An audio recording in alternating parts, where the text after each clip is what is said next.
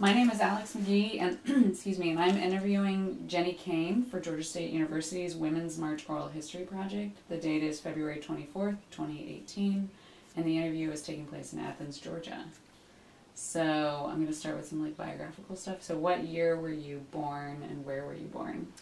So I was born in 1981, 36, and I was born in the Philippines. Oh, wow. In Manila, Angel City, on a base. Awesome. Okay, so was it your father? Mm-hmm. But I have 2 birth certificates, so it's kind of cool.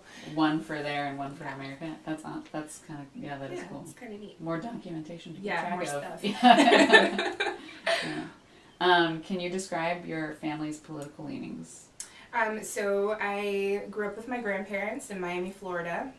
You want to know my personal leanings or my growing up family? Your families, and then because we do go more into you. All right, and so I, like I said, grew up in Miami, Florida in the 80s and 90s. Mm-hmm. My grandparents were from Cuba. They left Cuba because of Castro. Mm-hmm. And so as a result of the Bay of Pigs and the whole thing that happened there, they were Republicans. Mm-hmm. And so that was not me at all. Mm-hmm. I knew that. I didn't understand, obviously, Republican, Democrat when I was 11 or 12 years old, but I was no, this is not what I want to be or how I want to be in life. So I was always rebelling against that and them, and that was very frustrating, especially with the age gap. Because they were that much more removed. Yeah. And so it was it was hard. It's tough. Yeah. Yeah. So your grandparents raised you, but what about your parents? My mother should never have been a mother. Mm-hmm. She has 2 children, my brother and I, and she left us immediately as soon as she could. Yeah. And my father was never in our lives. Okay. Period. Okay. So your influence was your grandparents. Yes, my Cuban grandparents. Yeah. Okay. Yeah. They took us on when they were in their 50s. Wow. Yeah. Yeah. What is your profession? So I sell vintage. I guess I'm a picker. I go and I look for stuff to sell, mm-hmm. and I flip it for a profit, mm-hmm. and mostly fashion because that's what I love. Yeah. And I also do a little bit of modeling and photography, but it's really fashion based and related. And I also do local acting with an acting group. Oh, okay. Gonzerific. Which one? Gonzerific. Where are they? It's a local movies. They're kind of like John Waters kind of stuff. Yeah. So I do that too. Yeah. So I guess I would say business owner, actor, model, mom, photographer. Mm-hmm. Yeah. Wear many hats. Yes. Yeah. What political party do you support? I guess I support the Democratic Party, if I had to be official about it, because that's where I've always kind of voted, but I don't just go subscribe to one or the other necessarily, because I want to make sure that I'm making choices that aren't just on party lines. So. Okay. Have you been involved in political activities in the past?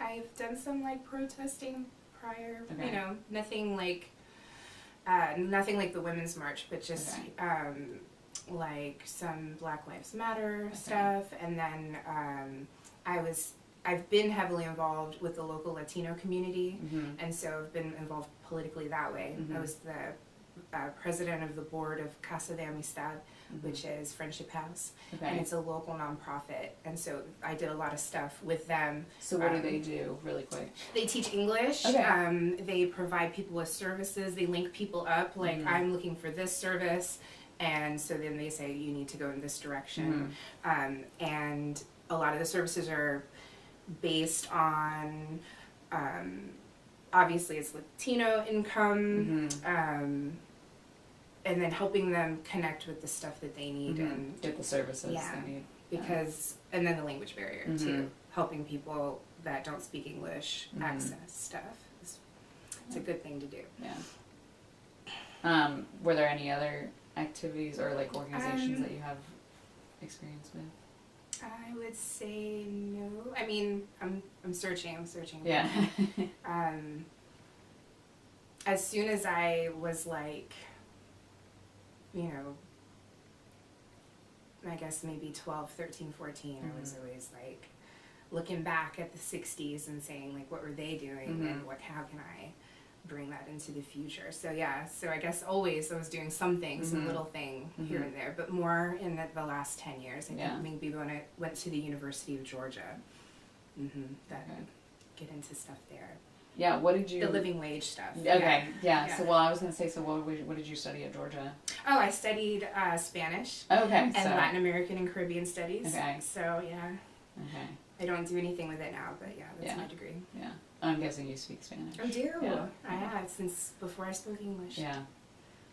So you did living wage stuff when you were at Georgia? Yeah, I was involved in some of the like rallies that they would have to bring about awareness and some of the meetings and stuff. So I did that when I was at UGA. Okay.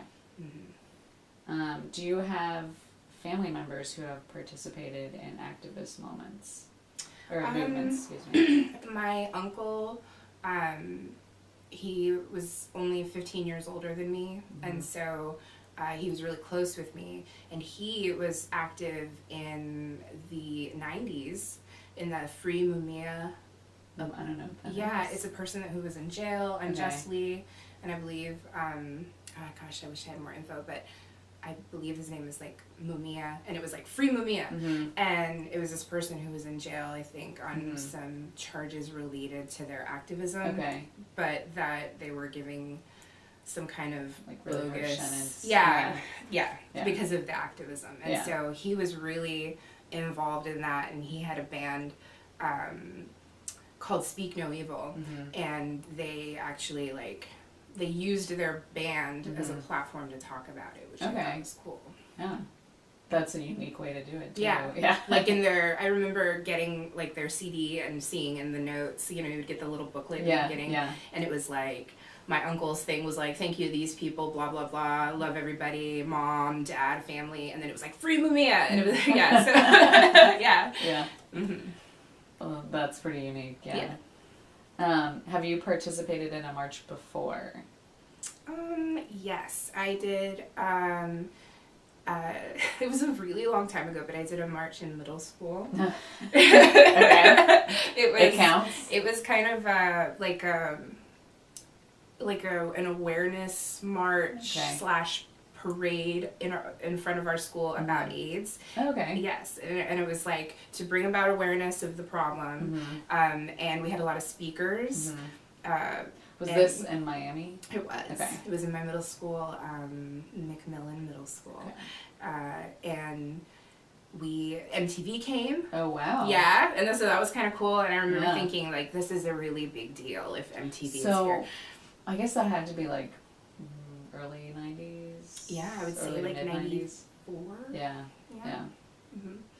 95 maybe. Yeah. So that's like the last march. Before, before and everything else was just kind of like a gathering or a rally or a protest that was really small, but this was like the biggest thing that, as far as the Women's March was the biggest thing that I had ever been a part of. Okay. Why did you march on January 21st, 2017? So election day, like in November, and I stayed up, like a lot of people weren't worrying, because at first it was like, everything's okay, we can still go in a positive direction, like Trump isn't going to be president, like this is like, what the hell's gonna happen? And then the longer that the night went on, the more that I saw, the more that I was like, okay, I just had to turn it off and go to sleep. And I woke up and I found out the news, and I went to breakfast with some friends, and it was 3 women, and we met kind of like, hey, who wants to go eat breakfast, because like this is bullshit, and talk about it. And so we did. And we sat there, and we all had our daughters with us, the 3 of us, under the age of 3, all 3 of them. And we just sat there like, wow, like what's going to happen? How is the world going to change? How are things going to change with this person at the helm? And so from there, it was like rumblings on Facebook, like, well, and this is gonna happen, and we've heard about this march, and do you want to go? And I was like, yeah, I'm gonna go. So because I'm pissed. Because I'm pissed, and I worry about my daughter. I worry about the future, just the future, period. You have a kid, you just like are always kind of focused on the future. And so I was thinking about her specifically. I was like, how is this going to affect her life? Because I always imagined that she wouldn't have to fight as much as I did, or I do, or would, you know, would be better for her. And so I kind of saw stuff going in a different direction, and I was like, fuck this. I'm gonna become involved in any way that I can, even if it's just to stand there and just be like, you know what I mean? Just to be count me among the people pissed. And so the more that time went on, people would come into the group, people would drop out, like, oh, I can't make it for different reasons. And then my friend Buffy Wennerston, she was the one who was like, so are you like really going? And I was like, yeah, I'm really going. And she's like, well, you know, there's a bus. And so the more that time went on, it just like, the plan kept getting tighter and tighter, and I just like passing all the yes every time something would come up, and so that's how I got there. I got there on a bus with my friend Buffy to DC. Yeah. So you were there. Okay, this is the next question you already answered. Which march did you attend? So why did you choose to attend that particular one? Because there was one here in Athens, there was one in Atlanta. So I had heard about the march on Facebook, and I had never been to DC. So that was my first time going to the Capitol. I'd driven through maybe and seen it through the window, but like never stopped. And so Buffy was like, do you want to go to the one in Atlanta? What do you want to do? I was like, I want to go to DC. I want to be there.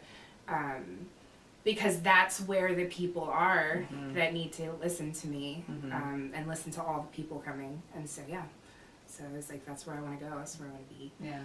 And having never been there, it was, I don't know, maybe like symbolic. Okay, so that's your first visit to be on his front doorstep. And, like push it right back. You're gonna give it to us, where you're gonna get it right back. Can you tell me about the process of planning to take a bus? Okay, so we found out, Buffy and I found out that there was a bus, two buses that were specifically leaving from Athens, from the Kroger parking lot. And so which Kroger? The hot Kroger, I think they call it, the one on Alps. Oh yeah. Okay. They all have names, strange. Same way in Atlanta. So we went online, and you could, and I didn't even plan. I was like, oh my God, we need to find the money to go and stuff. And so when I saw that the bus was like a group price, and so the more people on the bus, the less that it was. And so that was cool. So I signed up for a spot on the bus. Buffy did too. And we just planned on being together. And so we went online, and it was an app. I couldn't remember the name of the app. I'm trying to remember because I did the same thing. Yes. And then so we got on the bus and we paid our money. I want to say it started with it was like SK, something like that. Skedaddle, that's it. That's good it. Job. But so we got on the app, and it just like, it told us like, this is where the bus is leaving from. And so it was really easy. It wasn't difficult. And really other people set it up. And they were like, use this code so you know you're on our bus. How was your experience taking the bus? I've been on the bus before, so it wasn't anything. It wasn't like news. Like you had been on a long bus ride. Okay, I had, and so it didn't. I had no illusions about how the comfort level, but I wasn't really worried about it. I was more like, I have to get there. And it took. It felt like it took extra time. Like we had a time limit, like this is how long it's going to take. But then when we would stop, people would get lost.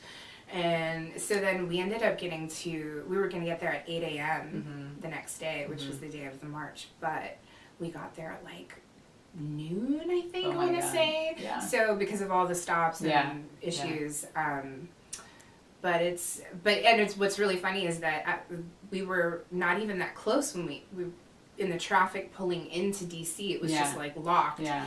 And so the bus driver was like, well, I could take you into where we're supposed to go, Right. and that's going to take another like 45 to an hour sitting on this bus. Or you could jump out of the bus now. And so that's what we did. We jumped off on this bridge. Yeah. Like literally he pulled the bus over and like 50 women just like ran out, and then he just went where. How far away were you guys from the march? From like the center? Yeah, or like wherever you were trying to get. I wanted to go close to where all like the speakers were. Right. And so we get to this area close to, I think, like the Department of Energy, I think. I know that. Like way, like, and I thought we were really close because I could hear, but it was just speakers. So we actually made our way slowly, maybe an hour and a half, toward a speaker that we thought was the stage. And then we realized how far away we were. And so we just stayed there and just listened and tried to make our way closer to the Washington Mall and and the reflecting pool. And we eventually got there, but it was like hours later. Yeah. So yeah. What was like the energy on the bus, like on the way up? On the way up, people, you know, like some people were sleeping because they were anticipating a long day ahead. Yeah. Well, I guess what time did you guys leave? Like the night before? 7:30, I think. Okay. It's like 7:30 or 8. I think we finally like shoved off at 8. Yeah. So what was I gonna say? I asked about the energy on the bus. Oh yeah. And so people were like excited.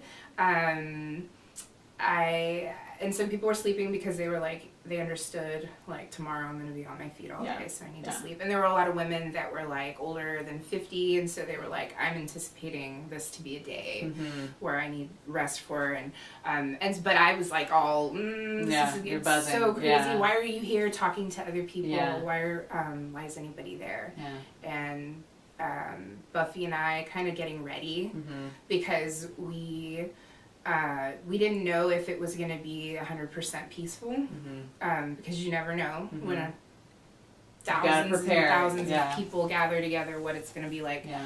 And everybody on our bus was cool, but we didn't know what it was going to be like when we got there. So we were, I wrote on my arm like the number to the ACLU if we got arrested.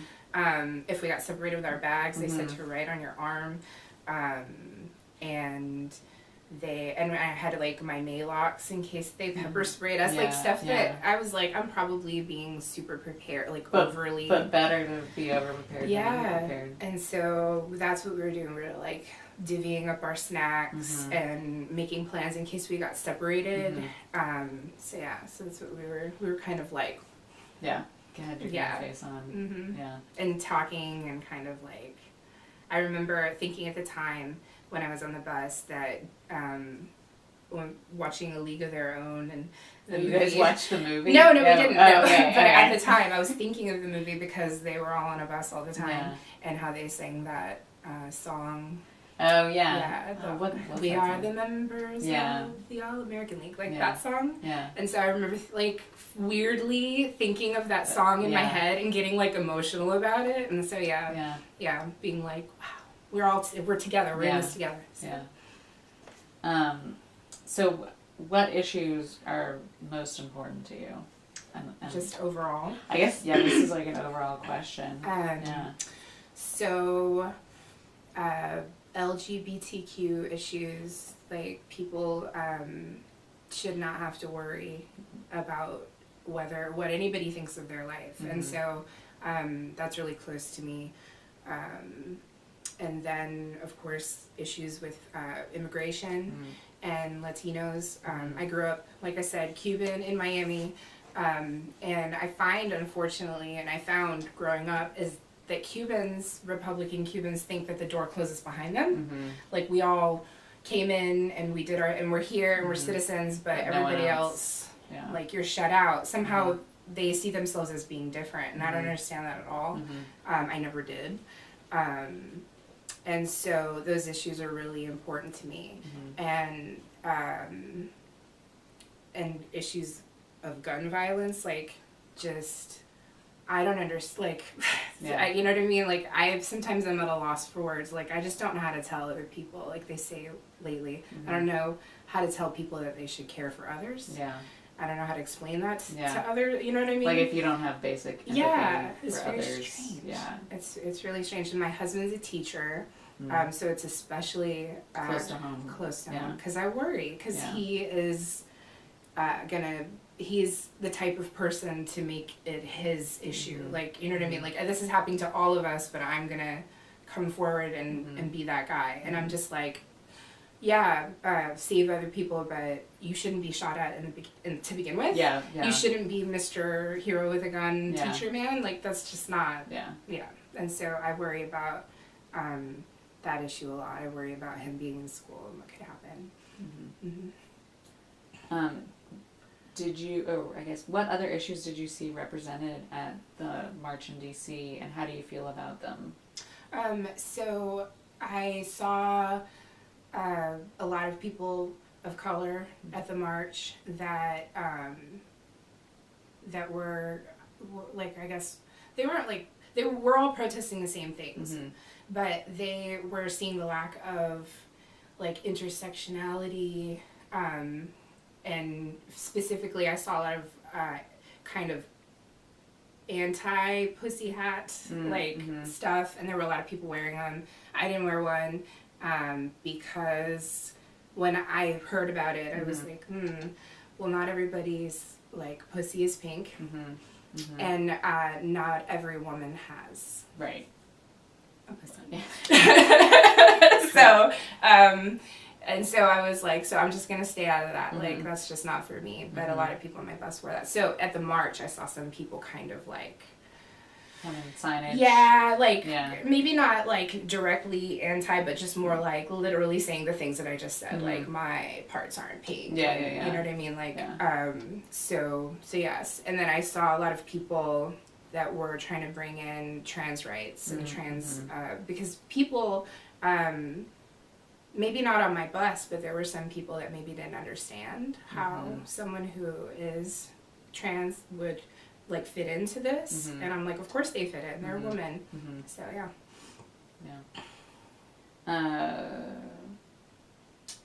Was this your first time participating in a protest? I think we kind of touched on this, yeah. Okay, I'm gonna skip that question. Before the march, what were you expecting or hoping to get out of the experience?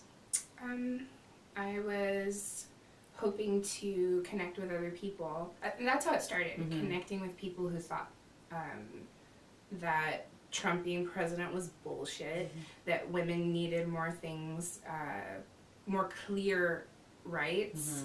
And some people kind of, like I touched on with the LGBTQ kind of aspect to this, like they're part of this. It's not just cis women.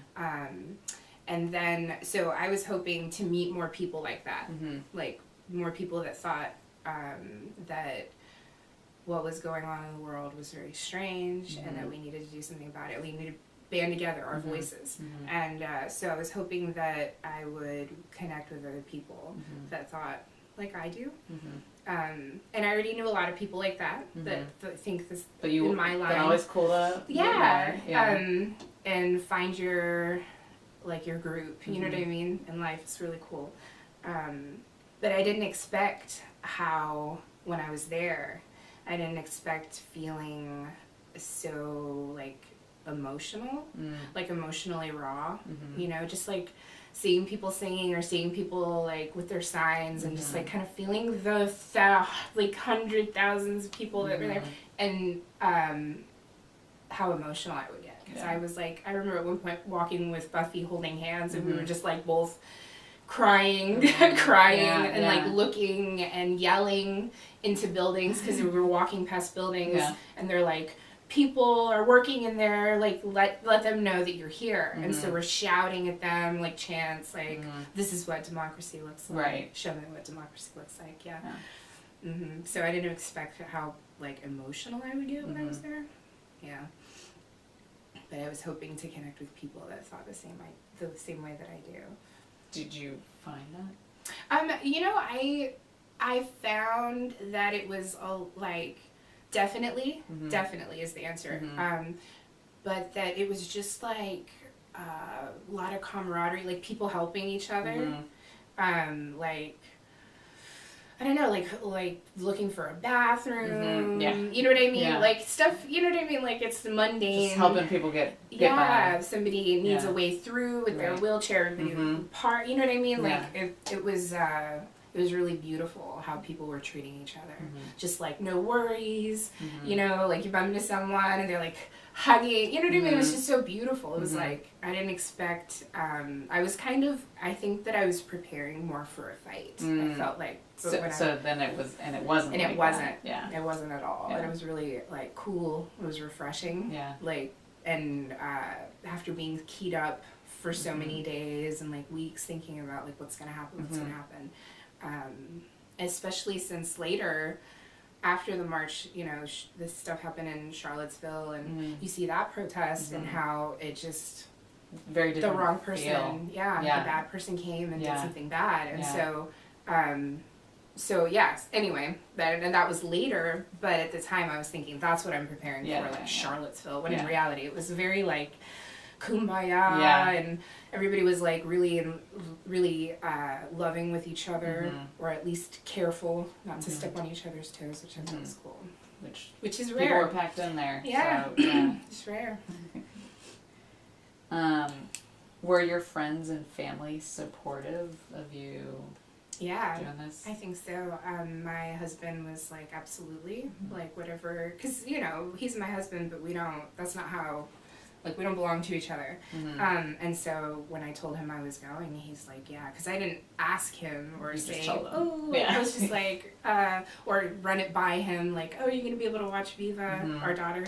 That's a great name. Thank you. I love that name. Thanks. And he was like, yeah, when are you going? Where do I need to drop you off? Like, what time do I need to be there? He was just 100% supportive. Yeah.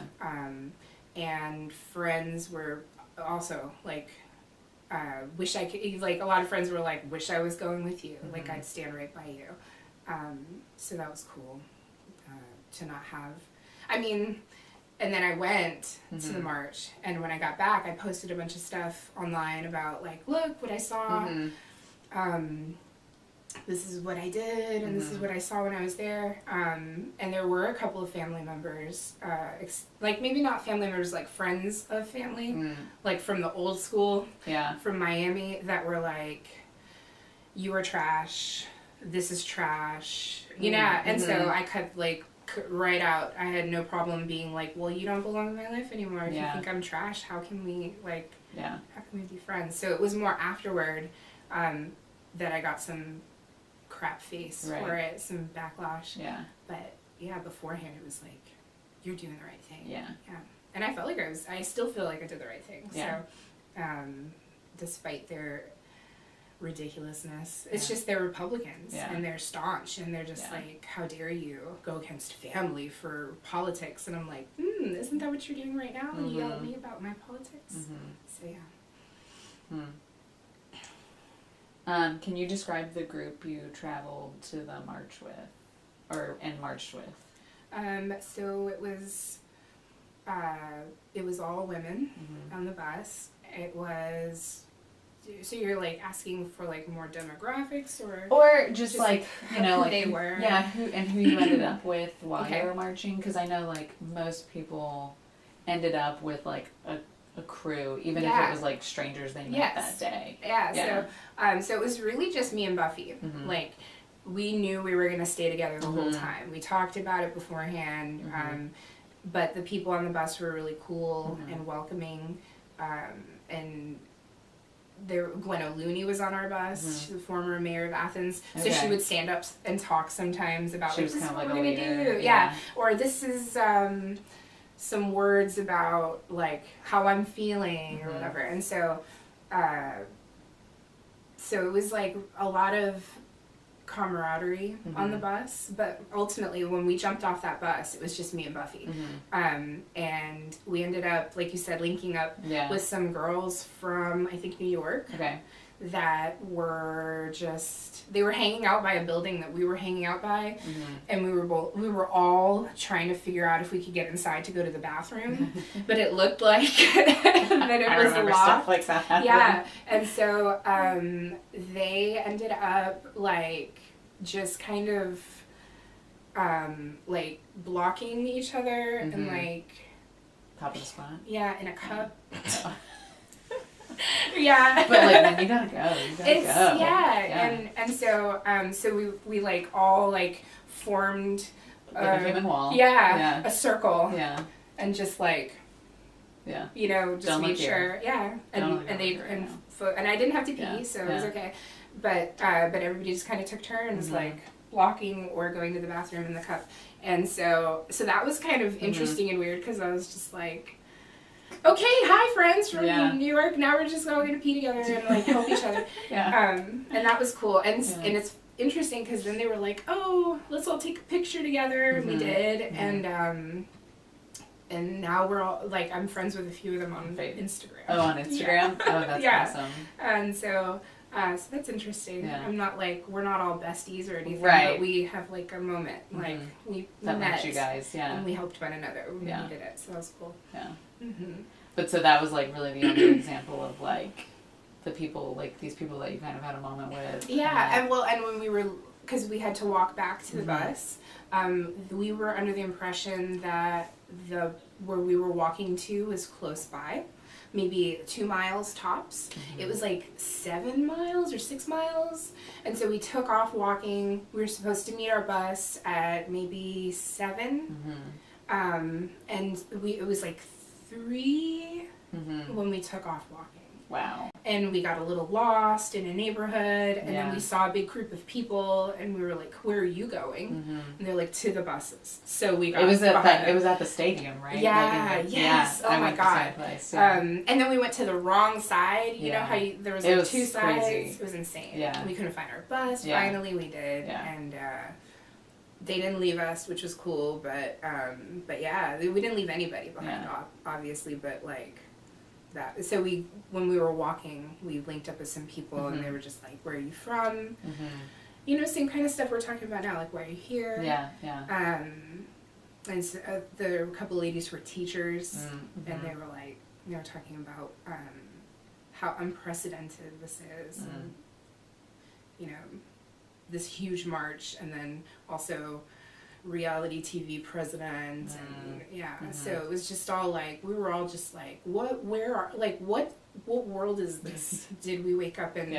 And I see where a lot of people post ideas online about this is some kind of alternate reality or a simulation or all that, and it's almost like your brain wants to be like, yeah, that's what it is, right? But it's just weird. It's like, it's really strange, and it's really strange watching people become bold by emboldened to hate and to be ugly and take our society back. But anyway. We already talked about that. So what were your feelings before, during, and after the march? That's a big question. So before, I was preparing more like logically, like this is what I have to do so that I don't get hurt, so my friend doesn't get hurt, so people around me, if they're hurt, I can help them.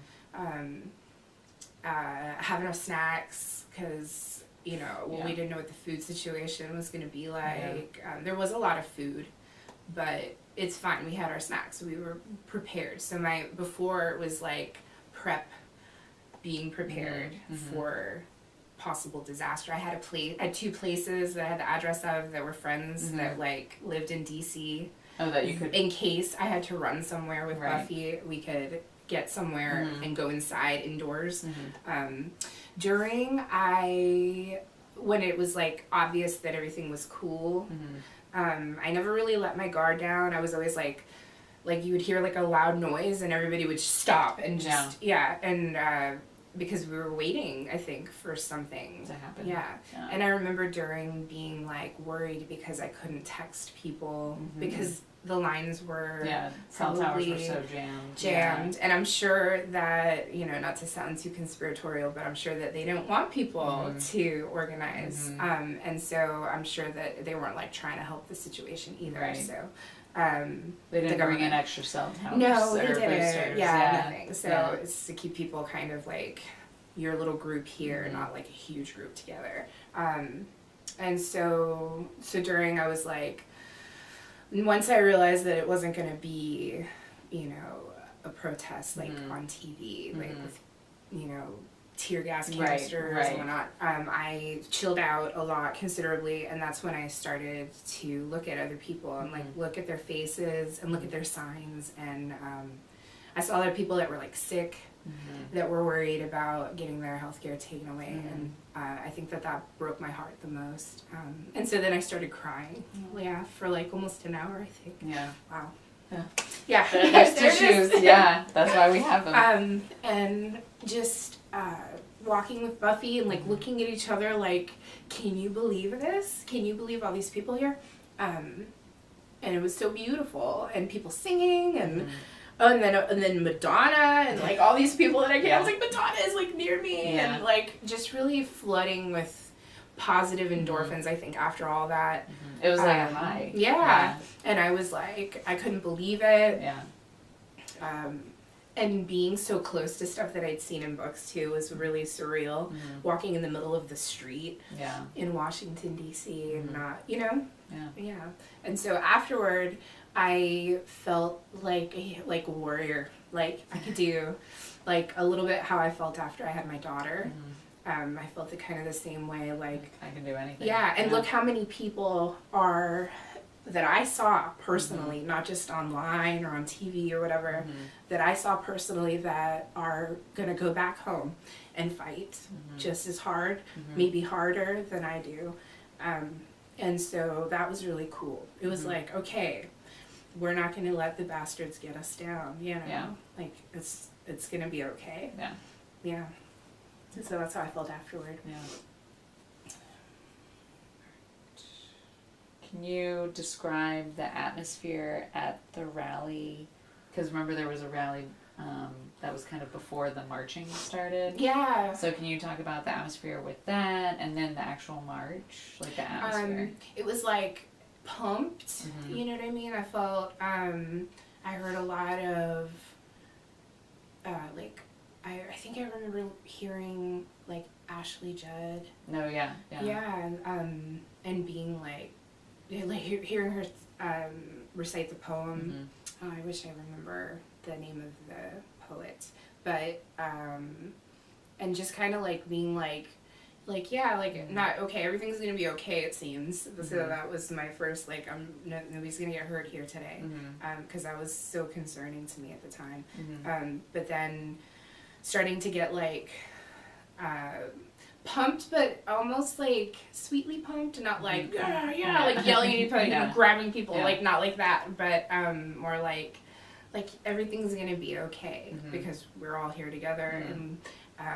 And then finding out that it was not just in DC, it was like everywhere, other countries in the world, and it was beautiful. It was a beautiful moment.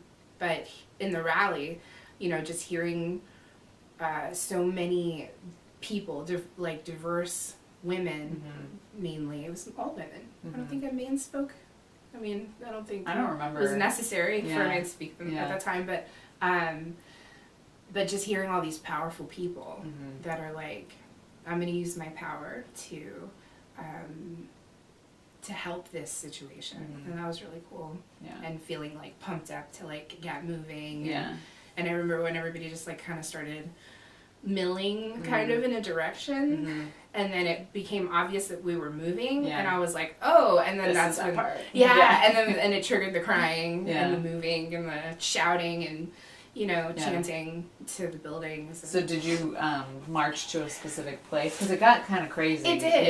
It did. It got kind of muddled. I was standing by a museum, and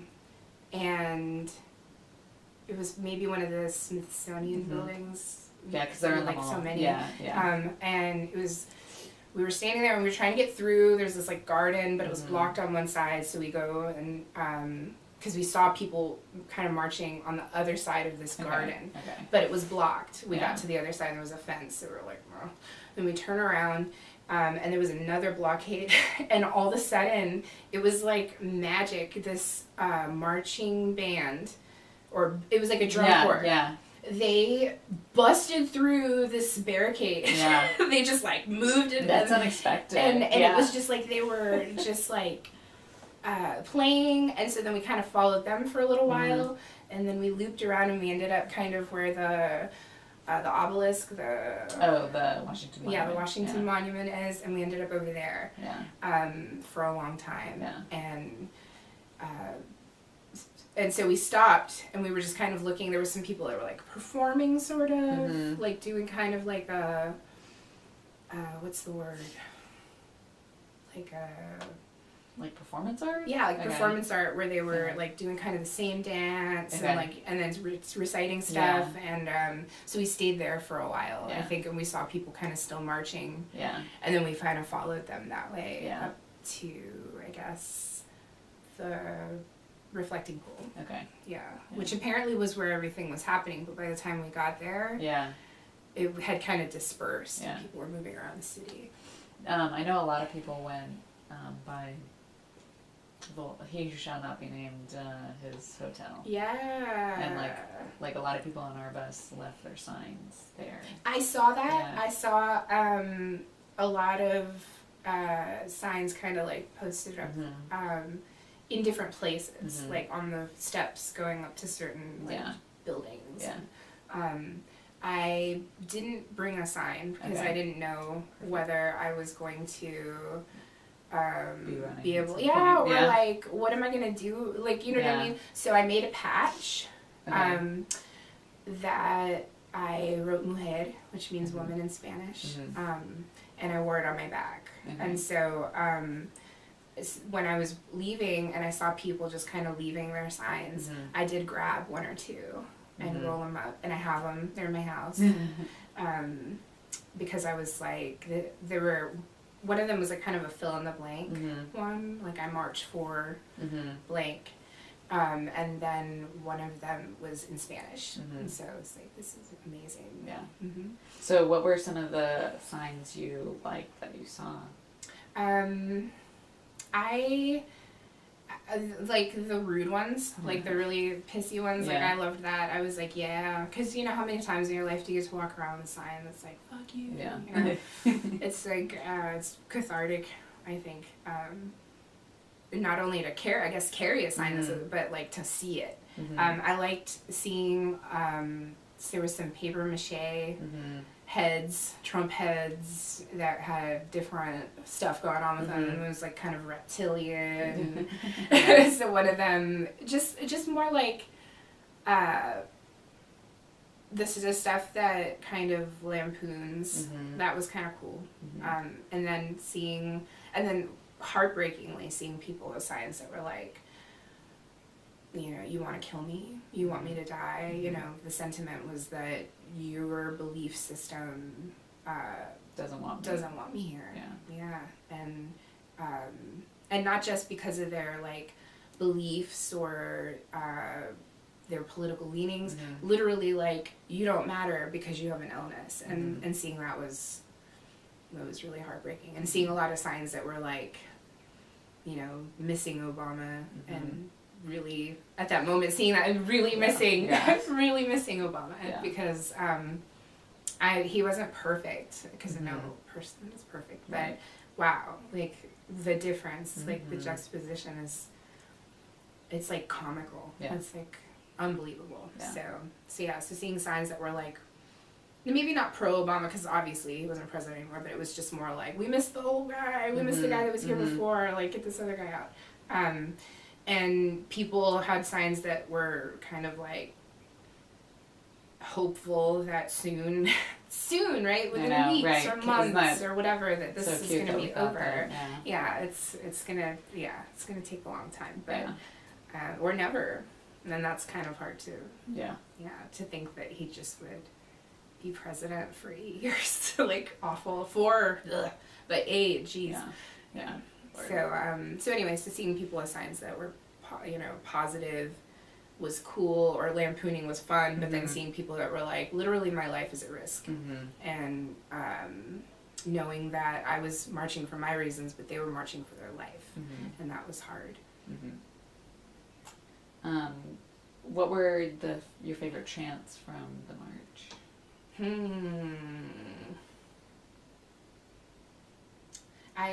The people united will never be divided. That's beautiful. And then show me what democracy looks like. This is what democracy looks like. And then there were these girls, these women by the Washington Monument that were, like I said, they were kind of doing a performance. And they were shouting, it was almost like a rap, but it was like, my pussy, my power. And then they just like would chant that over and over and like kind of do a dance. Yeah. I have a video of it. Oh, really? Yeah, it was really cool. They really had a thing going. Yeah. And that was cool. And then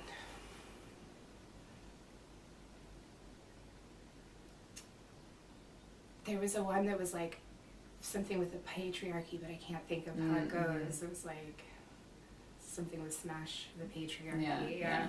And I was like, But mostly, like, I joined in the shouting, but mostly, like, for a while, I was just like, I couldn't believe, like, how many people were around me and how many people were, I don't know, just people with their children. I saw a family that was really beautiful that were, like, they were kind of walking, holding each other's shoulder, just so they wouldn't get lost. But I remember being like, wow, like, look at that family. It was like a man and maybe his partner and then his 2 daughters who were like teenagers. And I was like, wow, look at that. And so, and watching them be a part of it was really cool because they were kind of biased for a while. Yeah. Like, because we just kind of lumped watch them. And just kind of seeing them and just how they treated each other and just how, like, you know, my daughter was too small.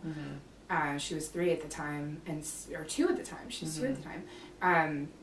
And so I was like, she can't come. She can't come. She's not even gonna get it. Like, what if something goes wrong? She's so little, like she gets squished. I'd have to carry her. And so, but thinking how if my daughter was older, that would be my family. Right. You know what I mean? And really connecting with that, being like, wow, that it was their whole family. They weren't divided in any way. That was cool. Well, one day, hopefully we have different things to protest. Apparently, but you and your daughter can totally go. Yeah. Absolutely. So just some questions about speakers. Can you talk about the ones that you liked or didn't like also as an option, if you can remember any?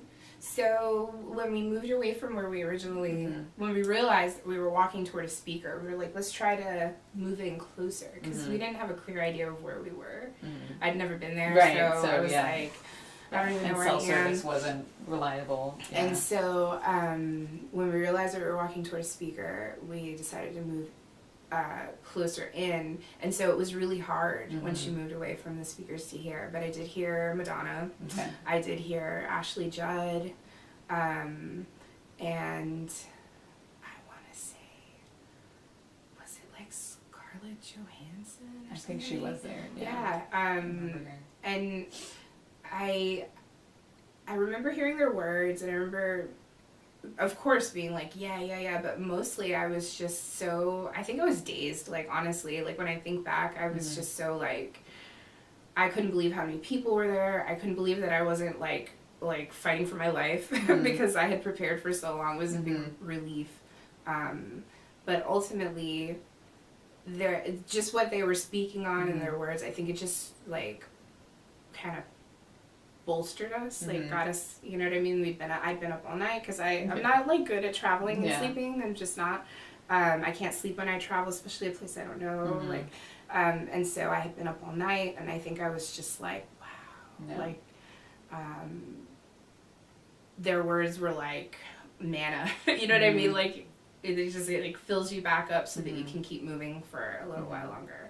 And that was really beautiful. And hearing there were so many singers. Yeah. People singing. Like Alicia Keys. Mm-hmm. I remember Alicia Yeah, Keys. I remember. Yeah. I think when we finally kind of got close is when Alicia Keys was singing. Yeah. Mm-hmm. Wow. But I can't remember anybody specifically. I looked over my journal because I took a journal. Yeah, that's really smart. I wish I had done that. And I didn't see anything like specific. It was just more like what I'm describing now. Like this feeling of, gee, this is huge. This is huger. This is gonna make an impact. Like people are gonna listen to this. And coming home and seeing people talking about like, oh, well, you were off marching. I was over here working and, like, actually contributing to society. And it's just like, wow. Like, that was harsh, coming back to as family members in Miami. Actually, we don't speak as a result of all this. But I think I got off topic. Oh, no, yeah. So then the next question, law enforcement, did you interact with them? Did you have, can you describe the interaction or how they presented themselves if you did see them? They seemed like they were watching, but that ultimately they seemed a little like bemused by us, just kind of like, just like, oh, look at all these people. I think they were prepared for something to go down. But I don't think that once they saw the groups of people, they were just kind of like, they seemed relaxed. And we did interact with the police, Buffy and I, because we were walking in a direction that we thought was the buses, and we stopped and we asked. There was like, it was police and maybe National Guard together. There was like a tank, and like, it was ridiculous. And like a big kind of, maybe not like a Humvee, but like a military vehicle. like an army green. And and the police were there, and so we went over and said, are we going the right direction? And they're like, you're trying to get to the stadium? And we were like, yeah, that's where the bus is going to be. And I was a little like, what the fuck? Because the guy looked us over, Buffy and I, he like kind of gave us like a once over, and he was like, you need to get a cab. Like he was judging our body types. Like, you all are maybe not going to be able to make it there. Like, that kind of sentiment. He never said it out loud, but he said it several times where he just was just like, you need to get a cab. And we were like, could we walk there, though? Because he's like, if I was y'all, I'd get a cab. And we were like, oh, well, fuck you then. And we walked all the way over there. Like, we made it all the way. Wow. And I think that part of it was being like, oh yeah, you think we can't make it because we're like a little chubby? Well, yeah. Watch it. Yeah. Watch us do it. Watch me make it and do just fine. And so that was a little condescending. It was like a male officer. And he was the only one that spoke out of the group. It was all men. And they were just kind of like, and he kind of chuckled when we were like, yeah, we're going to make it. We'll be fine, thanks. And he was just kind of like, ho, ho, ho. So that was our interaction with the cops, was just a little like, condescending jerk kind of stuff. I was like, wow, thanks for misjudging me. So that was the only time I talked to the cops. I should make it a rule. Exactly. I don't have to. Fair enough. Did you see any opposition protesters? Yes. Oh, you did? Can you describe them and their activities? They had it was like a small group. We came in and we made our way kind of what we thought was this main stage, and it was just a stage with a speaker, and like a audio speaker, not a person speaking, but like a like just so you could hear what was happening a couple of blocks away. And there was this group of people kind of by a lamppost, and they had surrounded it, and most of them were quiet, but they all had like anti-abortion signs, like you all are like against God, like stuff like that. I want to say that they could have been maybe not Westboro, but like that type of group. They had some kind of like effigy of a fetus, you know what I mean, like on a stick that they were, I don't even know.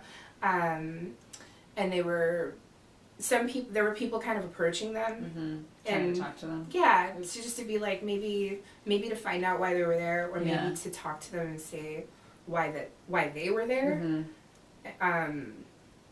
Maybe to get some kind of reasoning, but they either barked back their like line of bullshit, or or they just stayed quiet and like zoned out, like kind of zen, like looking past you, so that, you know what I mean. And so I remember feeling particularly angry that I was like, how dare you be here, and it was mostly like, you know, that center, like, y'all are sluts because you're here. You know what I mean? It was just like, we stayed there for a little while, Buffy and I, and then we were just like, let's just ugly. Like, I don't want to, like, we don't have to look at them. They're a little, like, node in this big group of people. Right. We don't have to see them. And so we just ended up moving on. Because it was just like, it was getting me angry. And I was like, that's not why I'm here. Especially when it seems like you had a really lovely experience otherwise. So.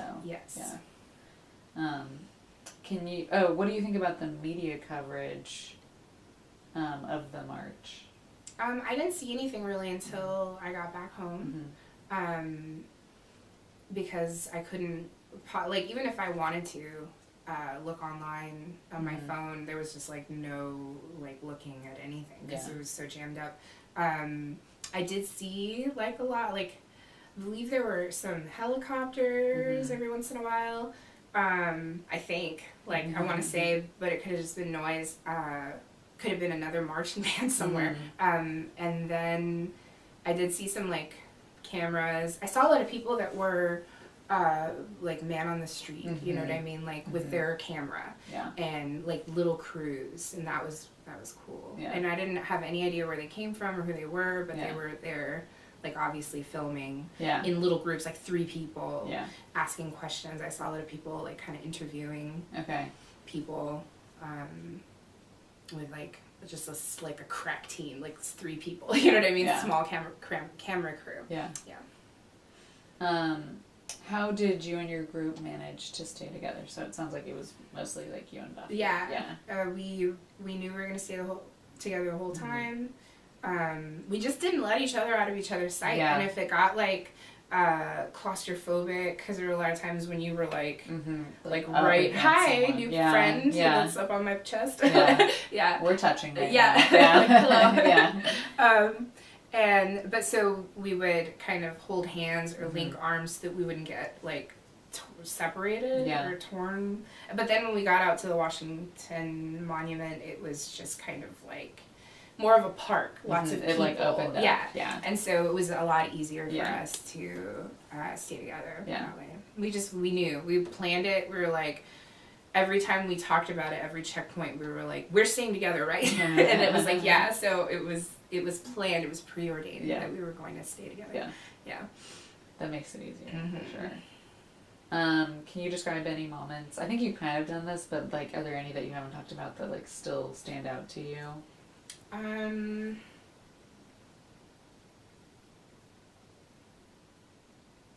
would say there were when we were walking, you know, we would kind of see other groups of people kind of walking in the same direction. We all figured we're going the same way, so we would kind of talk in the groups, or just like, where are you from? What do you do? Like, you know what I mean, stuff you talk about when you meet people. Right. And there was a car that kind of came by us, like slowed down, and so we all like bristled, you know, and we saw there was a guy in the car, and he rolls down his window, and we were expecting that he was going to say something messed up, or like even cat call, because that happens. That's how it starts. You see the car coming in, the rolling, you know what I mean? You kind of tense up. And he was like, what y'all are doing is awesome. What y'all ladies are doing is awesome. And I remember being like, that was the first time that scenario has ever occurred where someone yelled something positive at me. And so I remember feeling really good about that, and being like, that guy thinks it's good. He knows we're all up. we're all doing this. And there were a couple of times when we were like maybe lost, and people like townies, people that live in DC were like, no, you need to go that way, Yeah. you know? Yeah. And so it was just nice to talk to people because it was a new town and the march, and it was like scary, but that the people that lived in the town were just all like, we're used to this sort of thing, even if it was the biggest thing ever. They just kind of were like, yeah. Like, good. Yeah. This is a good thing. Instead Yeah. of being like, F you, get out of our way. Yeah. You're in my town and you're locking up the whole city. And they were just like, no, this is really beautiful and cool. And I don't know, without saying it, because they never said, you're right. hey, you're beautiful and cool. Yeah. That's not how but it was obvious that they were like, you know, just trying to help in some way. Even if it's just like, oh, you're going the wrong direction. Yeah. Or do you need some water? I saw this lady kind of filling up water bottles in a spigot in her yard. We had people that were like, if you need to use a bathroom, it was over closer to the stadium. Yeah. But they were like, if you need to use a bathroom, Yes. like, please come in. And that was really cool.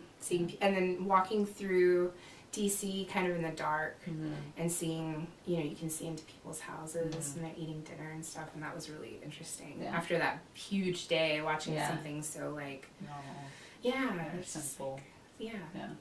And then also being like kind of ready to go home, and you know, it was a big day. Yeah.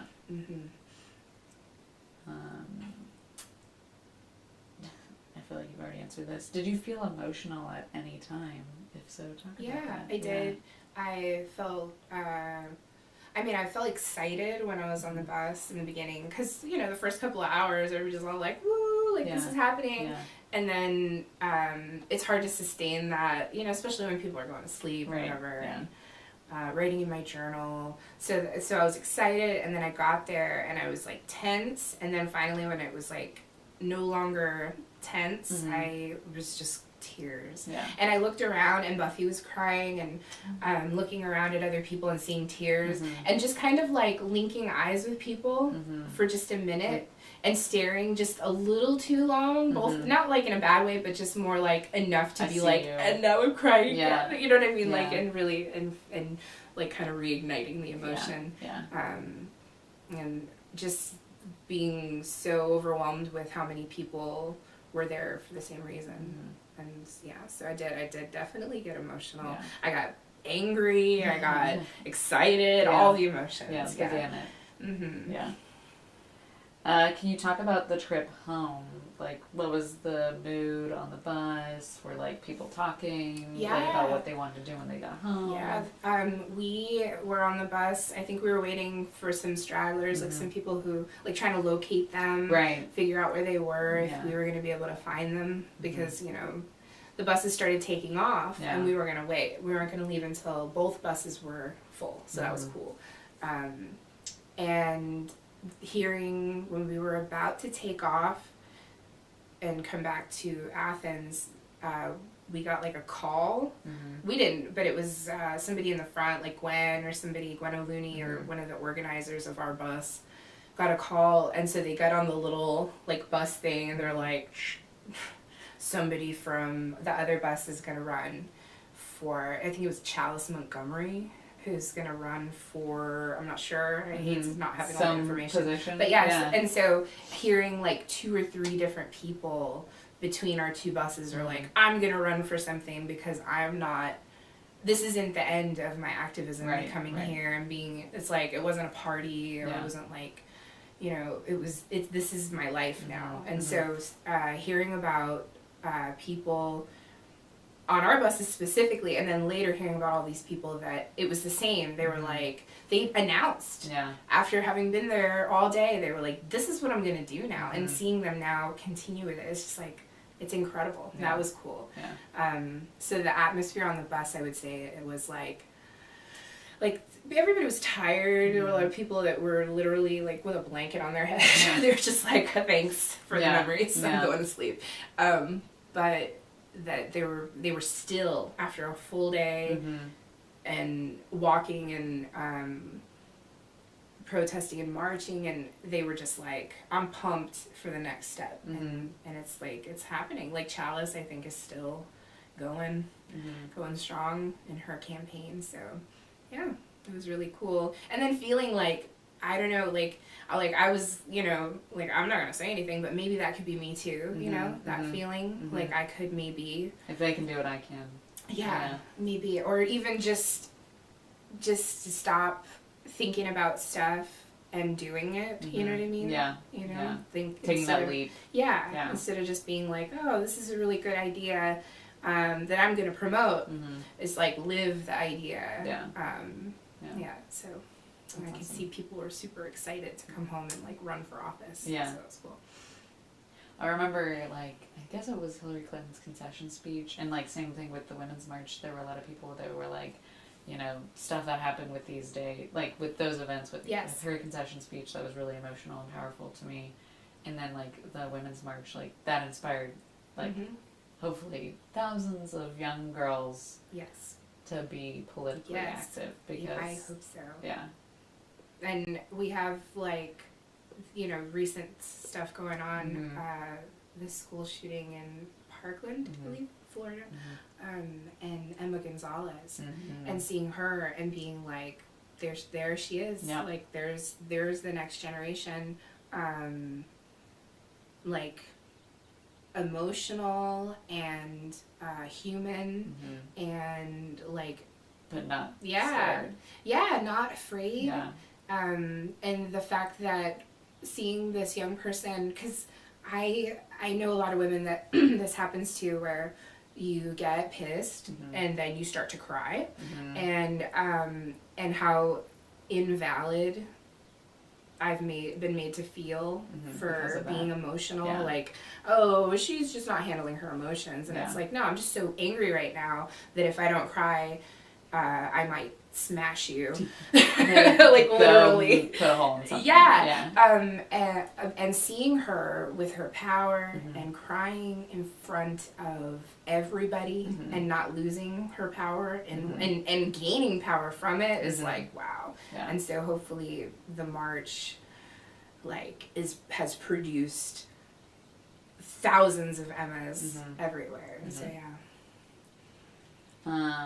looking back, how did you feel the day after the march? So my husband came to pick me up the day of, like, when I got home, and he had, like, had made plans for our daughter, so that the next day I was just like a free day of no momming, which was a relief. I was exhausted. I got home, we ate dinner, he had food ready. It was really cool. He's like, what time did you get home? I want to say it was around the same, like 8 or 9, something like that. At night? Yeah. Woo. Was it? Or was it morning? We got back really early. It was dark. It was dark. We got, it was like 6 a.m. in the morning. That's probably what it was. I think 7 or 8 in the morning, not in the night. Yeah. But it was still kind of twilighty. Yeah. It was weird because we left when it was twilight, right, and then we came back and it was twilight. So maybe that's why I got it confused. But anyway, so it was the next morning. I got home. He had some food. I ate the food, like all of it. I took a shower and I went to sleep. For, I don't even know, a few hours. So just knowing that I didn't have to do anything for a day was cool. And then I think the next day we had our daughter back. But just that day I felt tired. I felt grateful that so many people had moved their schedule around so that I could go do this. Not just my husband, but like a friend of the family who watched our daughter. And I remember feeling really like close with my friend Buffy. Like we were close, but now it felt more like we were like sisters, you know? And talking to her, and then like looking through pictures and stuff, like showing my husband, because he's like said that he was watching on TV the whole day because just to watch what's going on, and showing our daughter, this is where your mommy is, and like anyway, thinking of her, thinking of me, you know what I mean, like thinking that I would be somewhere, like some dot in there, was really cool. But I remember feeling like like proud and grateful and tired and like emotional, but like ready. Yeah. Not defeated. Yeah. The opposite of defeated, I guess. Yeah. Like winning. I don't know. Yeah. Well, which like such great timing though, because like obviously that Friday with him being inaugurated, like Yes. so Yes. I didn't even want to go to No. work. Like, No. and the thing that was sustaining, I know me, and I bet a lot of these women, and kind of like what you're saying, which is like the next day was this incredible experience, so that then you're like, it sustains you. Yes. Yeah. Yeah. And over, if I want to be like over the years, because it hasn't been a freaking Feels 2 years, like- but yeah. it feels like Yeah. it. But over the months, Yeah. looking back and being like, remember when in the dark times and the moments where I'm just like, what the hell is going on?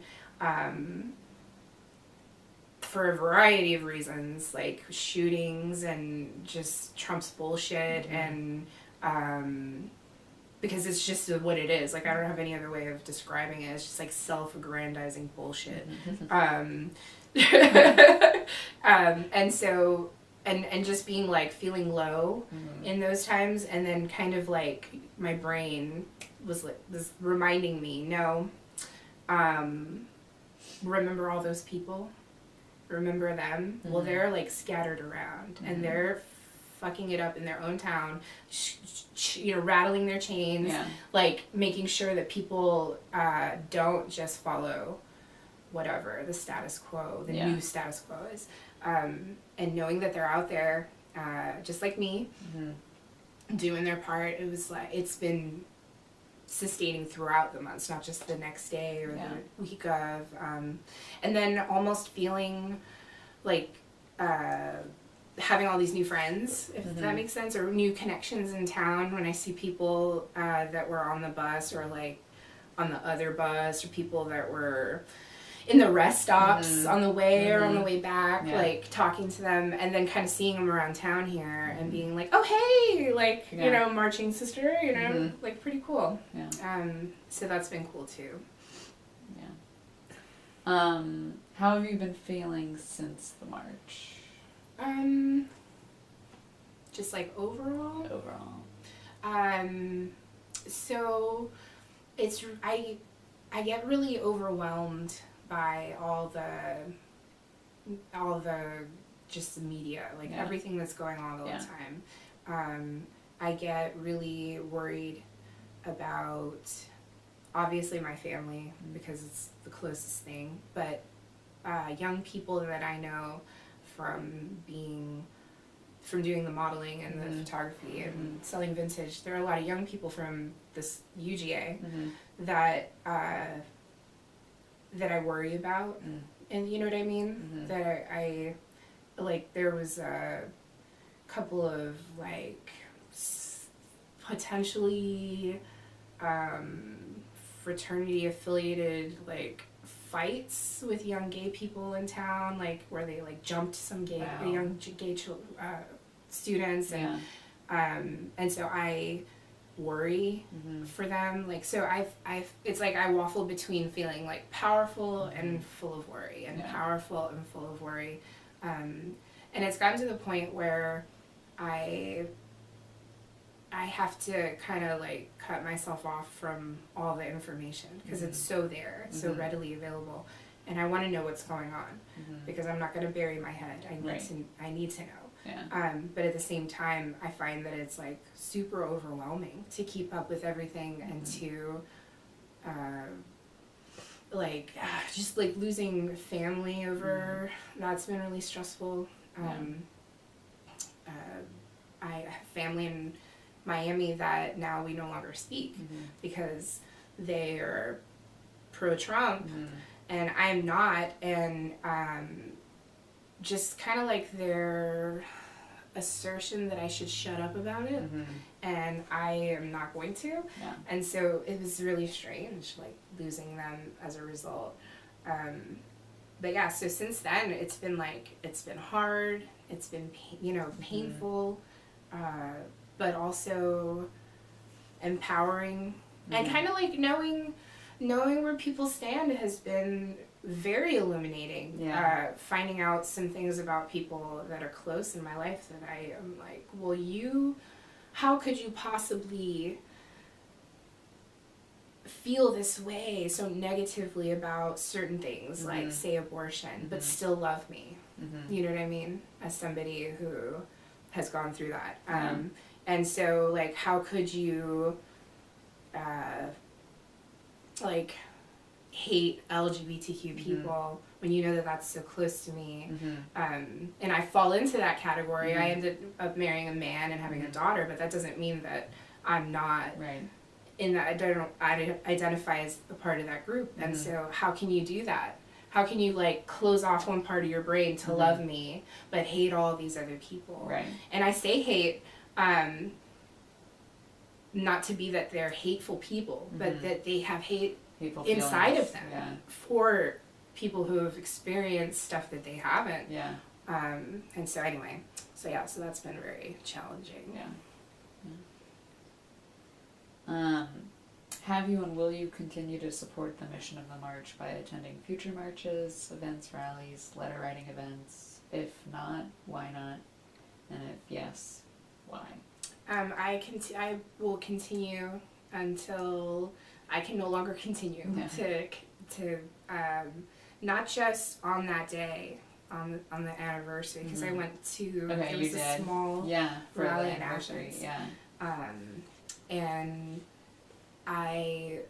so not just to honor that day, but to just, like, live that truth, like, continuing forward, not letting anybody, I don't know, just my husband and I laugh because it's like just continuing to be the feminist killjoy that I am throughout life, and just, like, not letting people even say the most benign, whatever that means, sexist garbage around me.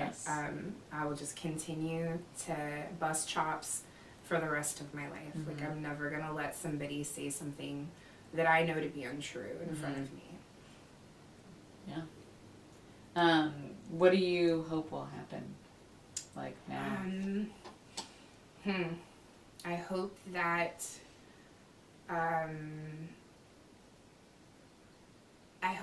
women's issues and LGBTQ issues and immigrant issues, like, continue to be a part of the forefront.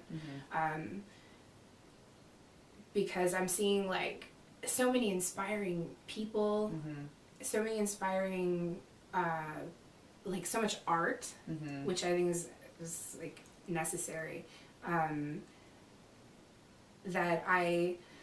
So, I'm sorry, I lost what I was saying. So, I'm seeing so much inspiring art and so many people that are inspiring. It can, like, I continue to, like, roll with it. Like, when I lose hope, I see others and they pick me up. And I hope that Trump will be impeached, or something like occurs with this administration. I hope that people that are trying to take rights from others are held accountable. Like Joe Arpaio or any of these others. I mean, the list, I don't even want to say their names, but I hope that they're held accountable in a way that our society in the U.S. can, I mean, hopefully larger society, the world, but that in our own country, people can see that you can't hurt people, you can't take their rights, you can't oppress them, you can't keep them down, and continue to rule in any way. Hoping that my daughter won't have to fight this battle, but I think she will, probably. Whoever Viva decides to be, I hope that she takes it up. Not just for me, because I did it, and not for her kids, if she ever has any or any of that stuff. Just like, fight for yourself. And seeing young people fighting for themselves has been, like, I don't know, I feel, like, really close to the high school age, college age, like the way that I felt when I was their age, and seeing them take that, and they've developed it in a way that I was never able to for a variety of reasons, and just being so proud of them, and feeling so like, just like, hell yeah, like look at these young people. So I feel a combination of like hopeful for them and scared, like I said earlier, worried for them, and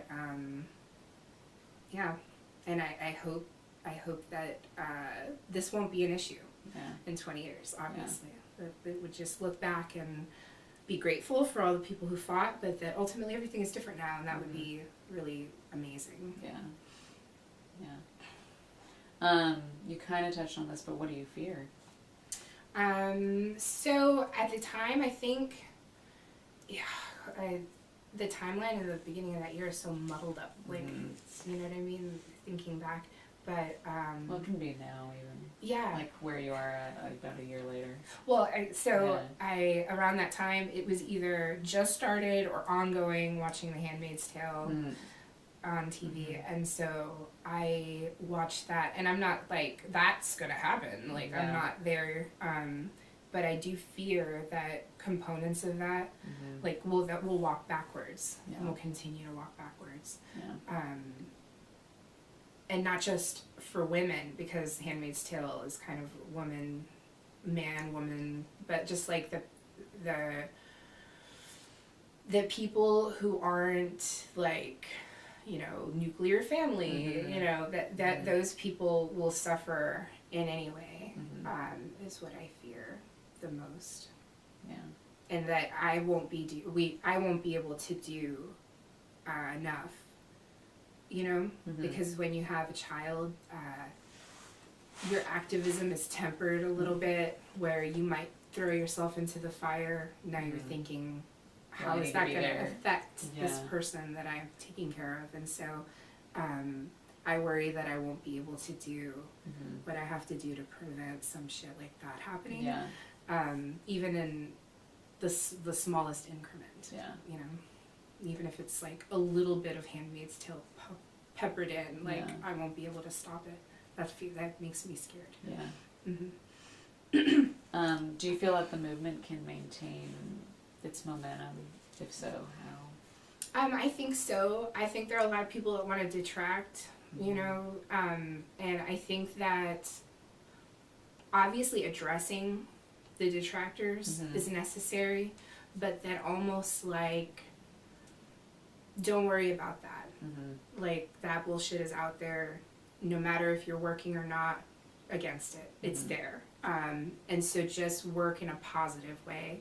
And so I think that if the movement continues to work in a positive way, that it'll continue. And I think that a lot of people high school age, and I say high school because that's when most people kind of have more mobility to be activists. Even younger people are watching, and hoping that young people will see what happened, and continue the activism and the movement. You know, because eventually we'll all be gone, and so they're the ones that are gonna have to carry the banner. And that hopefully they won't have to be activists against some of this crap anymore, that they could focus on things that'll like change our society immeasurably, like in a positive way, like go to space or something amazing. You know what I mean? That, you know, like some, not worrying about like the petty crap that divides people. That would be really awesome. Did any part of the march surprise you? And, well, I was surprised that there weren't. I did see some counter protesters, but I was surprised that they weren't like antagonizing. I mean, they were there, so that's enough, obviously. But that they weren't like screaming slogans, and that was surprising. Like there were some people that were having conversations, but overall it wasn't like, you know, I'm anti-protesting, you know. Right. So that surprised me. I was surprised at like how people were helping each other. Just like literally sometimes it was just making a way. I need to go over there and please help me, and people would just help. I saw like a lot of little children, and that surprised me. Maybe not little like babies or anything. There were a few babies. But seeing like a kid in a stroller, just like all decked out with, you know, just like pro women stuff, you know. It was surprising to see so many kids. Because I was so worried about it. Right, you went in thinking it was going to be a very different, or preparing for it to be a very different vibe. And it wasn't like that at all. How have you felt about the new government's activities since the march? Just, sometimes I get angry because I don't want to talk to the president, like, obviously, and he's not the only one. There's a whole bunch of people behind him that are probably even worse because they know what a charlatan he is, and they continue to promote it so they can get their agenda across. And so, ask the question again, I'm sorry. No, you're good. How have you felt about the new government's activities since the march? Okay, and so I've felt confused and a lot of times angry, because I just would love to say, like, how stupid do you think that we are? That, you know, and knowing that it doesn't even matter, and that bothers me, and that most of this stuff that is occurring, like certain laws or just certain drive to like repeal Obamacare or just like there's so many things that are going wrong without repealing Obamacare. You know what I mean? Like with your, because it's so hard and bizarre to watch that, you know, and it's both, I'm not blaming one side specifically, Republicans, Democrats, but just watching so much like party politics, completely disregarding the lives of people. And it doesn't make any fucking sense. Like, I get,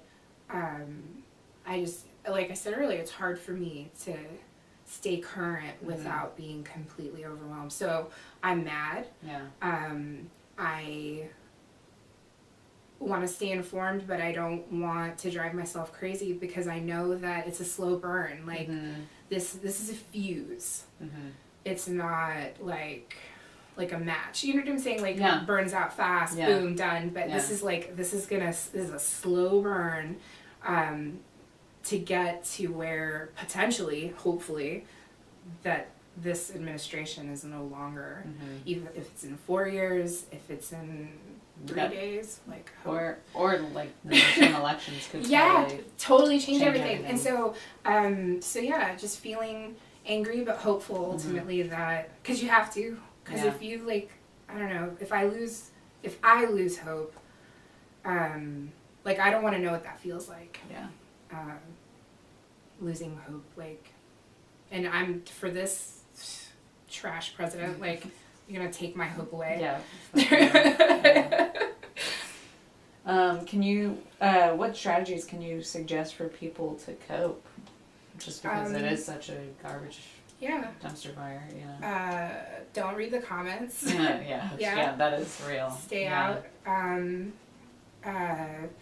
Continue to fight and continue to talk to people, but realize when the conversation that you're having isn't fruitful. The person on the other side is fighting you emotionally.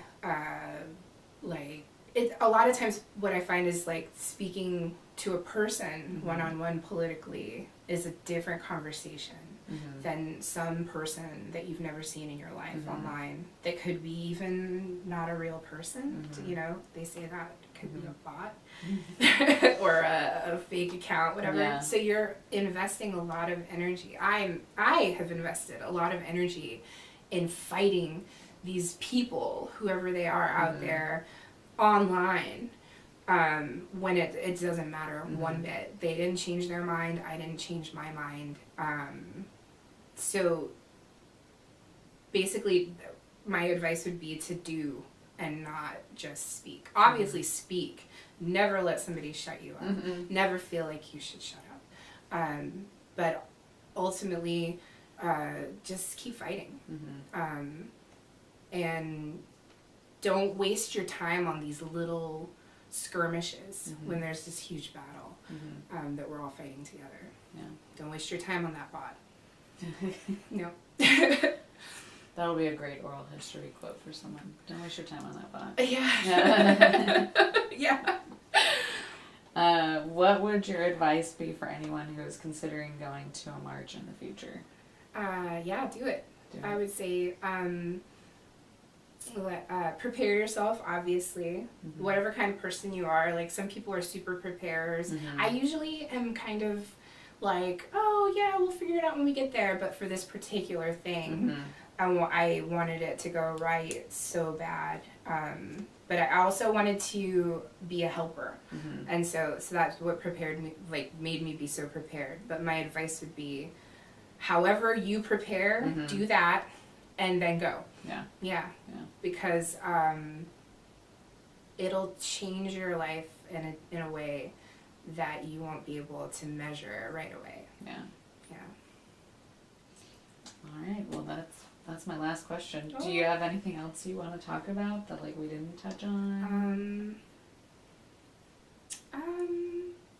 I would like to mention that I definitely love art, and I and I do stuff with art in town. But that being a part of the march emboldened me a little more. Like, still, as many years as I've done stuff like this, with, like, performing in front of people, that I still get nervous, and it's still there. But it's kind of like taking the edge off a little. Just being like, not because, like, definitely still nervous and get butterflies and whatever, but just that going to the march, it's kind of gave me, like, it switched on something, maybe. I guess that's the way to put it. It switched on something that I was like, this switch is on. Like, I can't go back to being so worried and nervous. I have to keep making art for other people to see, so that they'll make art, and then we change everything. Yeah. Awesome. All right. Yeah. Well, thank you.